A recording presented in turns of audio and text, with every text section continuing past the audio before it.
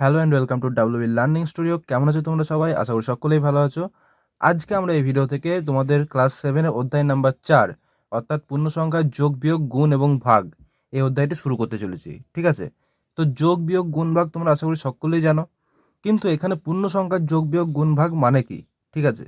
তো তার জন্য আগে জানতে হবে যে পূর্ণ সংখ্যা কি। তো পূর্ণ সংখ্যা, দেখো তোমরা সংখ্যা রেখা আগেই আমি শিখিয়েছি। ঠিক আছে? তো ঠিক সেই সংখ্যা রেখাতে দেখো এই হচ্ছে সংখ্যা রেখা, ক্লিয়ার? যার মাঝে কি হয়? শূন্য হয়। শূন্য না ধনাত্মক সংখ্যা না ঋণাত্মক সংখ্যা, জানো সবাই। এবার শূন্যর এই সাইডে যত সংখ্যা থাকে কি বলেছি? সব ধনাত্মক সংখ্যা হয়। এগুলো কি সংখ্যা? সব ধনাত্মক সংখ্যা, অর্থাৎ পজিটিভ নাম্বার থাকবে এই সাইডে। আর এই সাইডে যত সংখ্যা থাকবে সব নেগেটিভ নাম্বার থাকবে। ঠিক আছে? যেমন কি এটা -1, -2, -3, -4, -5। ঠিক আছে? আর এইদিকে কি থাকবে? +1, 2, 3, 4, 5, 6, 7। ঠিক আছে? এদিকে ধনাত্মক সংখ্যা থাকবে আর শূন্যর এই সাইডটা সমস্ত ঋণাত্মক সংখ্যা থাকবে। ক্লিয়ার? এটা আমি আগেই শিখিয়েছি। এবার দেখো এখানে জিনিসটা কি হবে, যে পূর্ণ সংখ্যা বা যাকে ইংরেজিতে বলা হয় কি না ইন্টিজার নাম্বার। ঠিক আছে? তো সেই পূর্ণ সংখ্যা জানার আগে আমাদের জানতে হবে যে স্বাভাবিক সংখ্যা কাকে বলে। তো স্বাভাবিক সংখ্যা বা এটাকে বলা হয় ন্যাচারাল নাম্বার। ঠিক আছে? স্বাভাবিক সংখ্যা বা ন্যাচারাল নাম্বার, ইংলিশ টার্মগুলোকেও কিছু জেনে রাখবে, অনেক কাজে লাগবে। তো স্বাভাবিক সংখ্যা হচ্ছে যত ধনাত্মক সংখ্যা আছে জিরো বাদে। ঠিক আছে? জিরো ধনাত্মকও নয়, ঋণাত্মক সংখ্যাও নয়। তো জিরো বাদে যত ধনাত্মক সংখ্যা আছে, যেমন 1, 2, 3, 4, 5, ঠিক আছে, এই হতে হতে যত আছে সমস্ত হচ্ছে স্বাভাবিক সংখ্যা। ক্লিয়ার? এবার এরপর আসবে অখণ্ড সংখ্যা। অখণ্ড সংখ্যা, ঠিক আছে? কি বললাম? অখণ্ড সংখ্যা বা হোল নাম্বার। ঠিক আছে? এই অখণ্ড সংখ্যা কি? এখানে স্বাভাবিক সংখ্যাও থাকবে, কিন্তু জিরো থেকে গণনা শুরু হবে। 0, 1, 2, 3, 4, ঠিক আছে, এই হতে হতে যত ধনাত্মক সংখ্যা আছে সবই। ঠিক আছে? জিরো থাকবে এবং বাকি ধনাত্মক সংখ্যা সব থাকবে। এই সমস্তটাকে নিয়ে হচ্ছে আমাদের অখণ্ড সংখ্যা। ক্লিয়ার?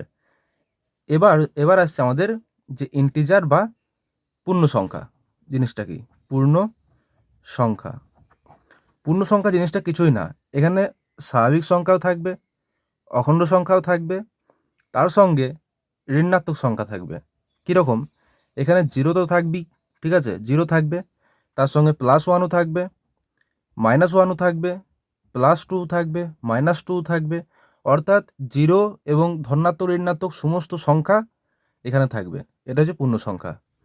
অর্থাৎ এই যে এখানে যে সংখ্যা রেখাটা দেখতে পাচ্ছ, এটা হচ্ছে পূর্ণ সংখ্যার রেখা। দেখো জিরো আছে, আবার ধনাত্মক সংখ্যা আছে, ঋণাত্মক সংখ্যা আছে, এই সব নিয়ে হচ্ছে আমাদের পূর্ণ সংখ্যা। ক্লিয়ার? তো এখানে আমাদের এই চ্যাপ্টারে যেটা করতে হবে, যে পূর্ণ সংখ্যা আমরা পাচ্ছি যেগুলো, তো এই পূর্ণ সংখ্যার আমাদের যোগ বিয়োগ গুণ এবং ভাগ করতে হবে। ঠিক আছে? তো দেখো এই যে পূর্ণ সংখ্যাগুলো পেলাম এখানে, যে যোগ করি কীভাবে, এই কনসেপ্টগুলো আগে জেনে রাখো, তারপর আমরা নিজে করির অঙ্ক, কোষাদেকির অঙ্ক সবই করব। ক্লিয়ার? তবে কনসেপ্টটা আগে মেন দরকার আমাদের। তো যে যোগ করি, ধরো দুটো পূর্ণ সংখ্যা নিলাম, একটা হচ্ছে +4, ঠিক আছে, আর একটা নিলাম -9। ঠিক আছে? এই দুটো পূর্ণ সংখ্যা নিলাম। এবার এদের যদি যোগ করি কী হবে দেখো, +4 প্লাস -9 সমান কি লিখতে পারি? যে 4 প্লাসে মাইনাসে কী হবে? মাইনাস হবে। দেখো প্লাস ইন্টু মাইনাস, ঠিক আছে, যদি থাকে তো প্লাসে মাইনাসে হবে মাইনাস। আবার ধরো মাইনাস আর মাইনাস যদি থাকে তো কী হবে? মাইনাসে মাইনাসে প্লাস হবে। ক্লিয়ার?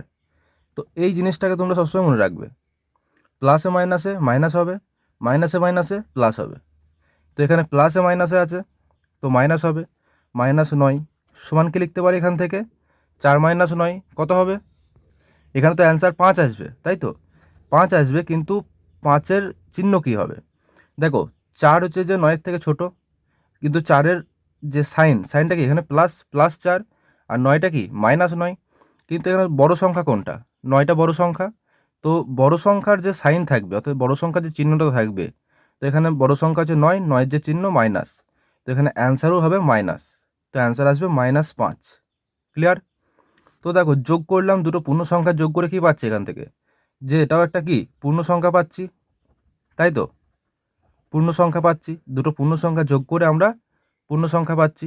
ঠিক তেমনই বিয়োগ যদি করি কী হবে দেখো, বিয়োগ করব, ধরো দুটো পূর্ণ সংখ্যা, একটা -3, ঠিক আছে, আর একটা ধরলাম যে +11, ঠিক আছে, দুটোই পূর্ণ সংখ্যা। এবার যদি বিয়োগ করি তো -3 -11, কারণ প্লাসে মাইনাসে মাইনাস হয়, তো -11 সমান কি লিখতে পারি, দেখো মাইনাস আছে, মাইনাসে মাইনাস প্লাস হবে, তাই তো, -3 -11 মানে যোগ হবে এক্ষেত্রে। তো 3 আর 1 4, 14, 11 আর 3 14, চিহ্ন কী হবে, মাইনাস হবে, তাই তো।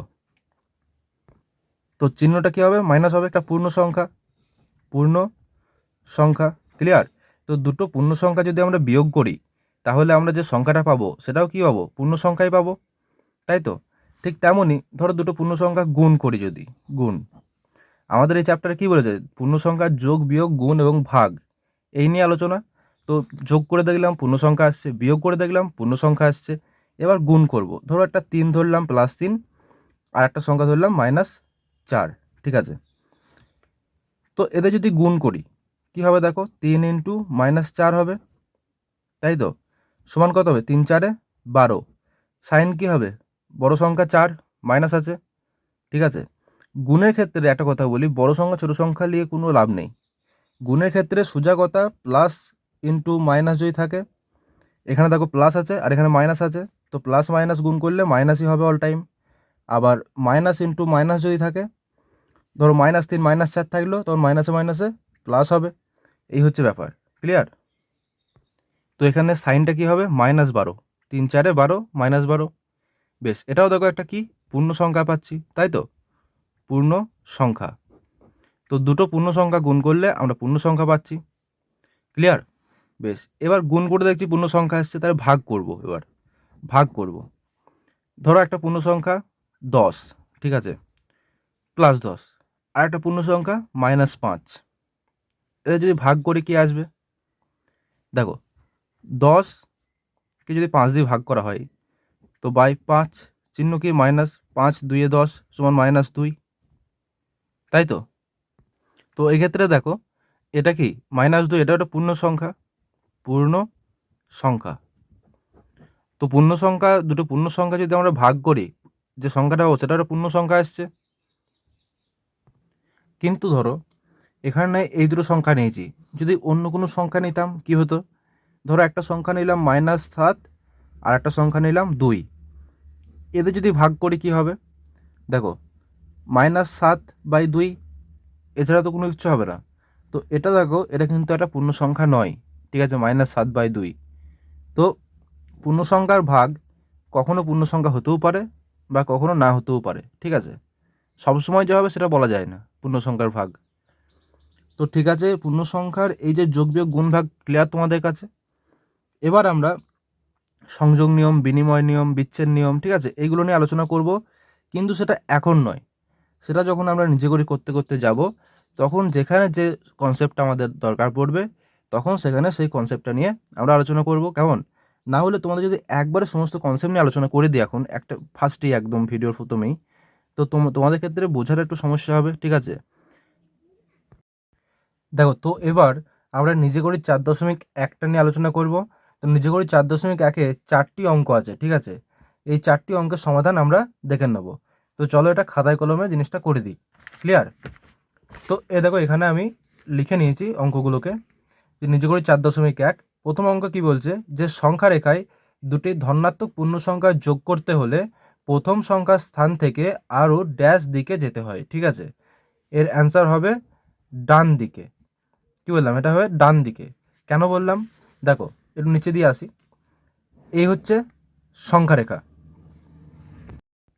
এই হচ্ছে আমাদের সংখ্যা রেখা, ঠিক আছে, এখানে মাঝে কি থাকে, 0 থাকে, এই দিকটা হচ্ছে ডান দিক আর এদিকটা হচ্ছে বাম দিক, ঠিক আছে, এদিকে পজিটিভ সংখ্যা থাকে অর্থাৎ ধনাত্মক সংখ্যা থাকে 1 2 3 4 5 6, ঠিক আছে, এদিকে ঋণাত্মক সংখ্যা থাকে -1 -2 -3 -4 -5, তাই তো। এবার এখানে কি বলেছে, যে সংখ্যা রেখায় দুটি ধনাত্মক পূর্ণ সংখ্যা যোগ করতে হবে, তো ধরলাম একটা ধনাত্মক পূর্ণ সংখ্যা 2 আর একটা ধরলাম 3, ঠিক আছে। এই দুটো যদি আমি যোগ করি আমাদের অ্যান্সার কত আসবে? 5 আসবে। দেখো প্রথমে 2 ঘর যেতে হবে, এখানে আসবো, 0 থেকে আমরা এখানে আসবো 2 ঘর, তারপরে আরও 3 ঘর যেতে হবে, তো 1 ঘর 2 ঘর 3 ঘর, অর্থাৎ দেখো 5-এ এসে পৌঁছেছি, +5 মানে ধনাত্মক দিকে। তো কী হলো, আমরা ডান দিকে গেলাম, সেই জন্য আমরা কী লিখলাম এখানে, যে সংখ্যা রেখায় দুটি ধনাত্মক পূর্ণ সংখ্যা যোগ করতে হলে প্রথম সংখ্যার স্থান থেকে আরও ডান দিকে যেতে হয়, ঠিক আছে। 2 নাম্বারটা কি বলছে দেখো, যে সংখ্যা রেখায় দুটি ঋণাত্মক পূর্ণ সংখ্যা যোগ করতে হলে প্রথম সংখ্যার স্থান থেকে আরও, এটা অ্যান্সার হবে বাম দিকে। বাম দিকে কেন লিখলাম, নিচে দিয়ে এসো, এই যে সংখ্যা রেখা, ঠিক আছে, একটা পূর্ণ সংখ্যা ধরি, ঋণাত্মক পূর্ণ সংখ্যা -1 প্লাস আর একটা ঋণাত্মক পূর্ণ সংখ্যা -2, ঠিক আছে। একটা -1 একটা -2 দুটোই পূর্ণ সংখ্যা, এই দুটো যখন যোগ করব অর্থাৎ দুটো ঋণাত্মক পূর্ণ সংখ্যা যোগ হচ্ছে। তো দেখো প্রথমে 0 থেকে -1 মানে এই ঘর এসে পৌঁছালো, এখান থেকে 0 থেকে -1 এসে পৌঁছালো। এবার এই -1 থেকে কি বলেছে, আরও -2 ঘর যেতে হবে, তো 1 ঘর 2 ঘর মানে -3 এসে পৌঁছাবে। তো দেখো এটা সমাধান করলে কত হবে, এটা সমাধান করলে -1 প্লাসে মাইনাসে -2 মানে 2 আর 1-এ 3, সাইন হবে কত, মাইনাস সাইন হবে, তো -3, এই হচ্ছে অ্যান্সার।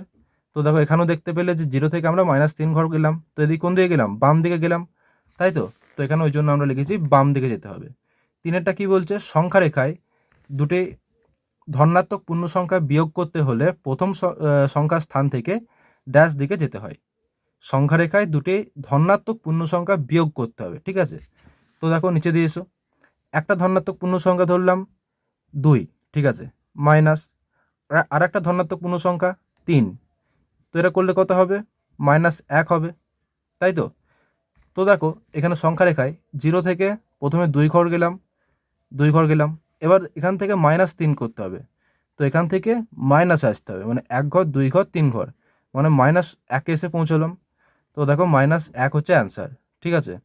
তো কি হলো, প্রথম সংখ্যা কত, প্রথম সংখ্যা হচ্ছে যে কোন দিকে আসছি আমরা, বাম দিকে আসছি, তাই তো। প্রথম সংখ্যা 2, 2 থেকে আমরা বাম দিকে আসছি, ক্লিয়ার। তো ওই জন্য আমরা এখানে 3-এর অ্যান্সারটা লিখলাম বাম দিকে যেতে হবে। তো 4-একটা দেখো কি বলছে, সংখ্যা রেখায় দুটি ঋণাত্মক পূর্ণ সংখ্যা বিয়োগ করতে হলে, সংখ্যা রেখায় দুটি ঋণাত্মক পূর্ণ সংখ্যা বিয়োগ করতে হলে প্রথম সংখ্যার স্থান থেকে কোন দিকে যেতে হবে, ঠিক আছে। তো দেখো একটা ঋণাত্মক পূর্ণ সংখ্যা -1, ঠিক আছে, মাইনাস আরেকটা ঋণাত্মক পূর্ণ সংখ্যা ধরলাম -2, কেমন। তো এই দুটো যদি করি সমাধান, তো -1 মাইনাসে মাইনাসে কত হবে, প্লাস হবে, +2 হবে, সমান কি লিখবো, -1 + 2 মানে 1 অ্যান্সার আসবে। তো করে দেখি, দেখো এই যে 0 আছে, 0 থেকে প্রথমে -1 ঘর যাব, -1 ঘর গেলাম, এখান থেকে কি বলছে, +2, ঠিক আছে, মানে 1 ঘর 2 ঘর, তো এখানে এসে পৌঁছলাম, এখান থেকে আমরা এখানে এসে পৌঁছালাম, তো আমাদের অ্যান্সার কত বের হলো, 1 বের হলো।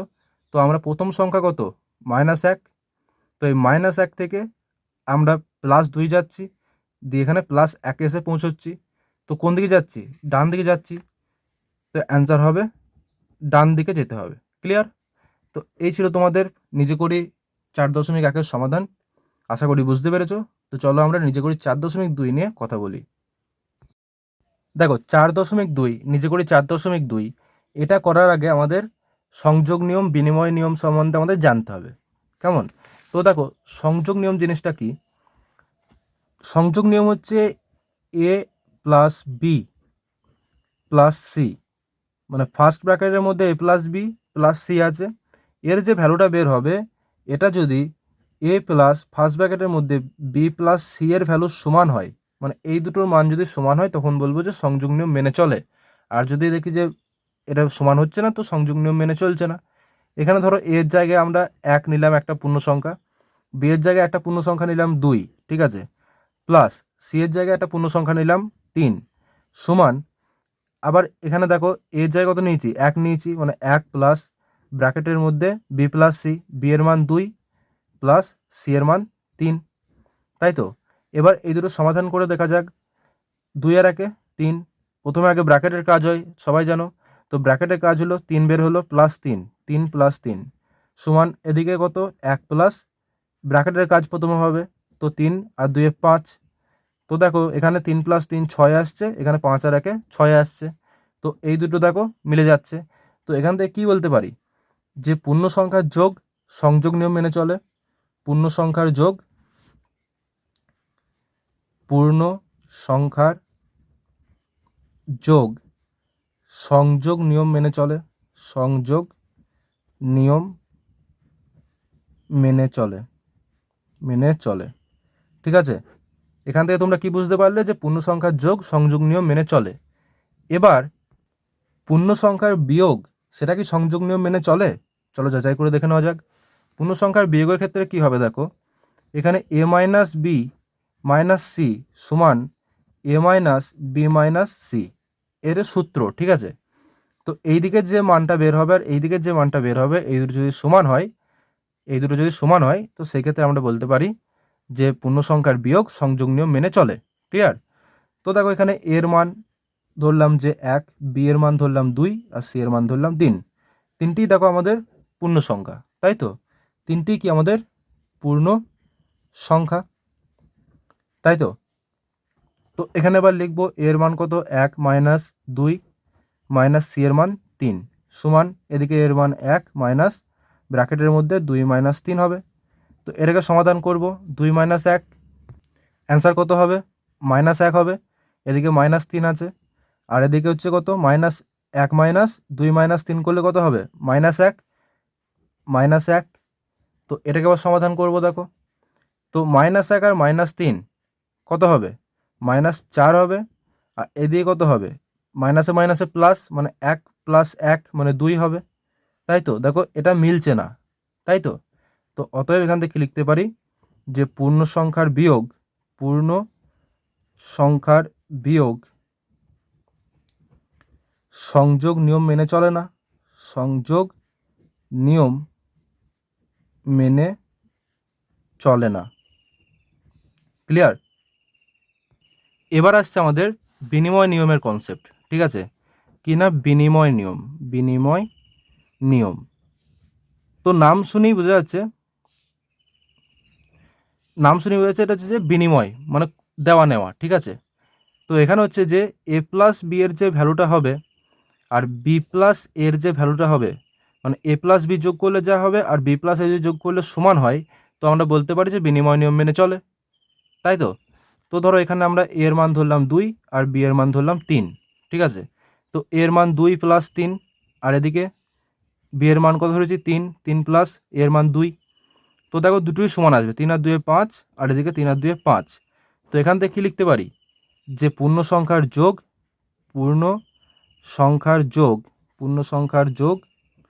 বিনিময় নিয়ম মেনে চলে,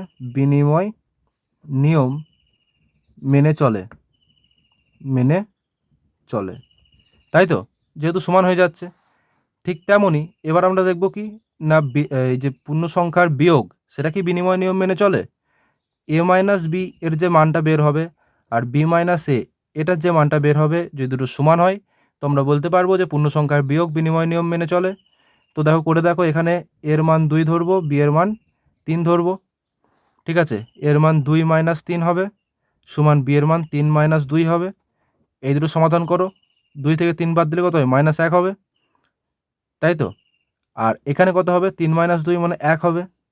দেখো এখানে দেখো একদিকে মাইনাস 1 বের হচ্ছে, একদিকে প্লাস 1 বের হচ্ছে, তো দুটো সমান নয়। তো এখান থেকে কি লিখতে পারি, অতএব পূর্ণ সংখ্যার বিয়োগ বিনিময় নিয়ম মেনে চলে না, বিনিময় নিয়ম মেনে চলে না। ক্লিয়ার? তো এই হচ্ছে তোমাদের বিনিময় নিয়ম সংযোগ নিয়মের কনসেপ্ট। আশা করি বুঝতে পেরে গেছো। এবার আমরা নিজে করি 4.2 এর সমাধান দেখে নেব।